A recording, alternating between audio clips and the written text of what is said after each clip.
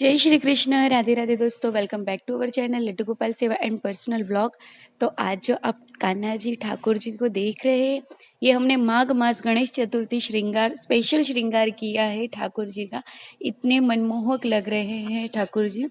इसके बाद ये जो आप देख रहे हैं, ये हमने दिवाली पर लाया था गणपति बापा बनाने के लिए, पर शायद से उसे माघ महीने में ही गणेश बापा बनने थे, तो कहीं मौका नहीं मिला बनाने के लिए। तो देखिए, इस प्रकार मैंने एक चौकी पर लाल कपड़ा बिछाकर गणपति बापा बनाने की कोशिश की है, उस छाप से रंगोली यूज करके। तो इस तरह से हमने गणपति बापा बनाकर उन्हें फूलों से श्रृंगार कर दिया, यानी अच्छे से सजा लिया सारे ही, और दुर्वा धूप दीप बताकर पूजा अर्चना कर ली। प्रसाद के रूप में मैंने केले धरे थे भगवान को।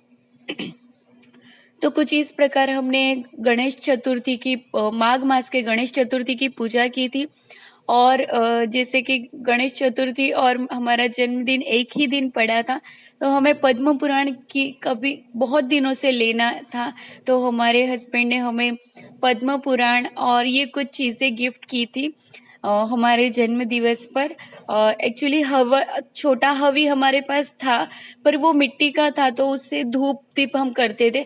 तो हमें ये तांबे का बहुत दिनों से लेने का मन था, तो ये भी उन्होंने हमें लेकर दिया था।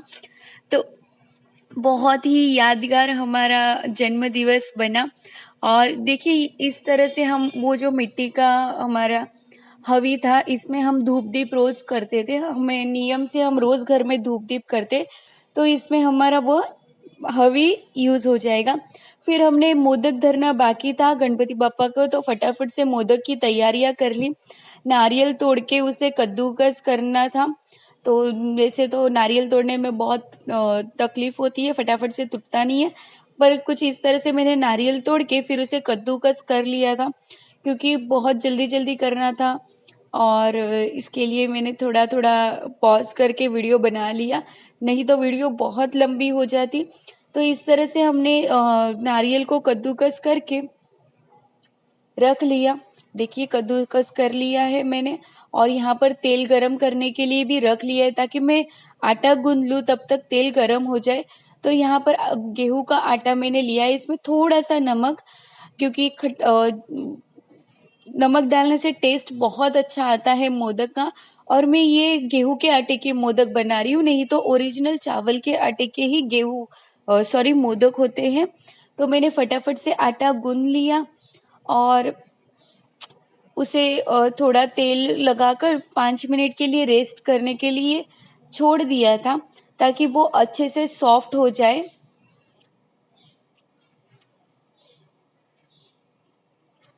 देखिए, मैंने अच्छे से आटा गूंद के उसके ऊपर जो रोटी बेलने का पार्ट होता है उसे ढक के रख दिया था 5 मिनट के लिए। फिर यहाँ पर जो हमें स्टफिंग अंदर मोदक के लिए बनानी थी, उसकी तैयारी की। तो उसमें मैंने 1 चम्मच घी ऐड किया, और थोड़ा सा जो कद्दूकस करके नारियल हमने लिया था उसे डाला, और 1 मिनट के लिए मैंने फ्राई किया, ताकि अच्छे से सॉफ्ट हो जाए और जो घी की सुगंध होती है वो आने लगे।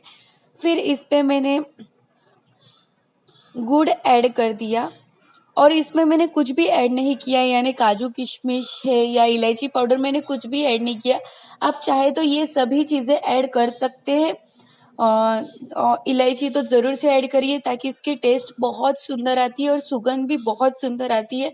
तो मैंने खाली 2 चीज़ें ऐड करके, क्योंकि मुझे थोड़े ही से ही मोदक बनाने थे, तो मैंने थोड़ा ही स्टफिंग बनाया था, क्योंकि आज हमें डिनर पर बाहर जाना था। तो फटाफट से हमारी तैयारियां चल रही थी। तो यहाँ पर मैंने जो वो स्टफिंग होता है वो मैंने बना लिया थी, कि इतना ही सॉफ्ट करना है, और फिर हमें गैस तुरंत बंद करना है, नहीं तो गुड़ फिर बहुत थिक हो जाता है, कठिन हो जाता है। और इसे मैंने एक सादे से बाउल में निकाल लिया, यानी कटोरी में निकाल लिया स्टफिंग सारा ही। और तेल भी अच्छे से गरम हो गया था, तो मैंने उसे भी स्लो कर दिया है फ्लेम पे। अब मैंने जो आटा गूंदा था उसकी छोटी छोटी पूरियां बना ली, एकदम छोटे साइज में। बहुत पतली नहीं बनानी है, हमें मीडियम साइज की रखनी है, नहीं तो हम स्टफिंग जब करेंगे तो वो रोटी फटने की डर होती है। तो कुछ इस प्रकार से हमने छोटी छोटी जितने हमें चाहिए थी उतनी हमने पूरियाँ बेल ली थी। तो देखिए इस तरह से मैंने सारी ही पूरियाँ बेल ली थी। फिर मैंने थोड़ा थोड़ा स्टफिंग इसमें ऐड करके कुछ इस तरह से मोदक बना लिया। देखिए ये बहुत इजी है और बहुत आसानी से मोदक बन जाता है। आप इसमें अच्छी खासी क्वांटिटी में भी स्टफिंग डाल सकते हैं, इतनी भी तो बहुत टेस्टी लगता है यह मोदक। आप एक बार ज़रूर से घर पर ट्राई करिएगा।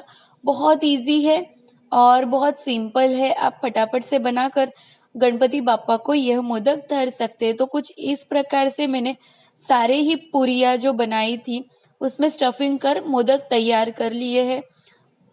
आप देख पा रहे हैं, अब इसे हमें करना है डीप फ्राई।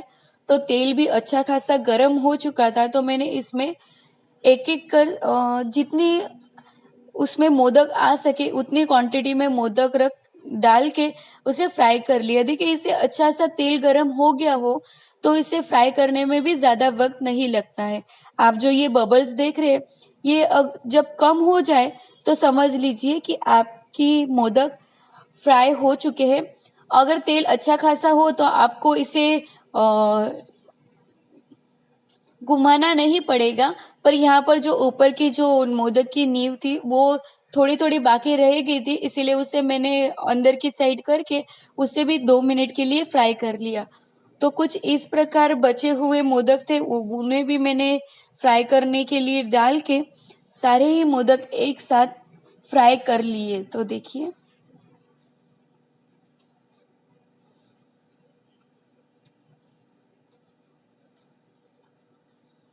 देखिए हमें इतना ही इसे फ्राई करना है और ये बहुत ही सुंदर लगते हैं खान जितना दिखने में स्वादिष्ट है, कुछ इसी प्रकार ये खाने में भी इतने ही टेस्टी और स्वादिष्ट लगते हैं। आप जरूर से एक बार इसे ट्राई करिएगा।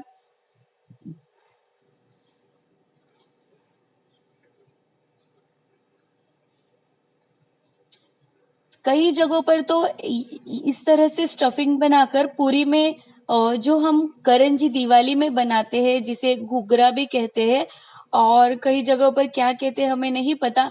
तो कई जगहों पर होली पर भी इस तरह से बनाया जाता है। ये एक ट्रेडिशनल डिश है जो इसमें स्टफिंग हमने बनाई थी। तो ये हमने मोदक के इसमें यूज की। एक्चुअली चावल के आटे के ही मोदक गणपति बापा को धरे जाते हैं। हर जगह पर अलग अलग रीत है। हमारे ससुराल में तो गणपति बापा के लिए चूरमे के लड्डू बनाए जाते हैं, और हमारे पियर में कुछ इस तरह से चावल के आटे के मोदक बनाए जाते हैं। स्टफिंग सेम होती है, खाली चावल का आटा होता है जिससे हम बनाते हैं। तो कुछ इस तरह से मैंने सारे ही जो मोदक बनाए थे उसे अच्छे से फ्राई कर लिए हैं दोनों तरीके से। देखिए ये बन के एकदम से रेडी है, हमें इतना ही ब्राउन करना है।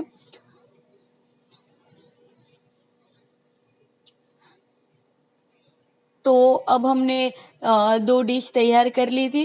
एक तो हमारे मंदिर पूजा घर में भोग लगाने के लिए और एक गणपति बापा के लिए भोग लगाने के लिए। तो कुछ इस तरह से हमने दोनों डिश में करके फिर ये भगवान के लिए पानी धरना था, तो सारी ही तैयारियां कर ली। तो देखिए ये कितने प्यारे मोदक बने हुए हैं, और हमने यहाँ गणपति बापा को भोग लगा दिया था और हमारे मंदिर में भी भोग लगा दिया था। तो कुछ इस प्रकार मैंने माघ मास गणेश चतुर्थी घर में पूजा अर्चना की है। जासवंत का फूल जिसे गुड़हल का फूल कहते हैं हमें कहीं भी नहीं मिला, क्योंकि सारे ही फूल वालों के पास वो पूरा हो चुका था। तो कुछ इस प्रकार मैंने घर में गणेश चतुर्थी मनाई। और ये हमारी सोसाइटी में गणपति बापा की स्थापना हुई थी। आप देख पा रहे बहुत ही सुंदर और मनमोहक लग रहे थे। आप शायद देख पा रहे। तो कुछ इस प्रकार गणेश चतुर्थी हम सभी ने मनाई।